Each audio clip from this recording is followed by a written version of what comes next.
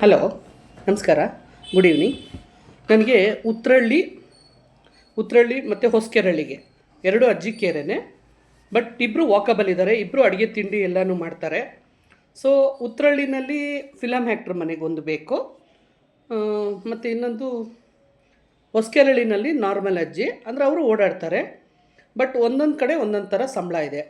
ಹೊಸಕೆರಳಿನಲ್ಲಿ 13,000 ಇದೆ, ಇನ್ನೊಂದು ಕಡೆ 12,000 ಇದೆ. ಯಾಕೆ 12,000 ಅಂತಂದರೆ ಇಬ್ಬರು ಪೆನ್ಷನರ್ ಅಂತಂದರೆ ಅವ್ರಿಗೆ ಹಸ್ಬೆಂಡು ಅವ್ರಿಗೆ ಹಸ್ಬೆಂಡ್ ಡೆತ್ ಆಗಿರ್ತಾರಲ್ಲ, ಸೊ ಅವರು ಪೆನ್ಷನಲ್ಲೇ ಅವರು ಜೀವನ ಮಾಡ್ತಿರ್ತಾರೆ.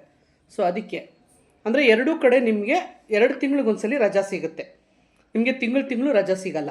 ಸೊ ಯಾರಿಗೆ ಇಂಟ್ರೆಸ್ಟ್ ಇದೆ, ಯಾರು ಬರ್ತೀರಾ ಅವರು ನಿಮ್ಮ ನಂಬರ್ ಹಾಕಿ ನಾನು ಕಾಲ್ ಮಾಡ್ತೀನಿ.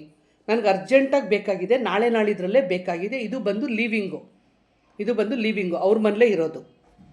ಸೊ ಯಾರು ಬರ್ತೀರಾ, ಒಂದು ಉತ್ರಳ್ಳಿ, ಒಂದು ಹೊಸಕೆರಳ್ಳಿ.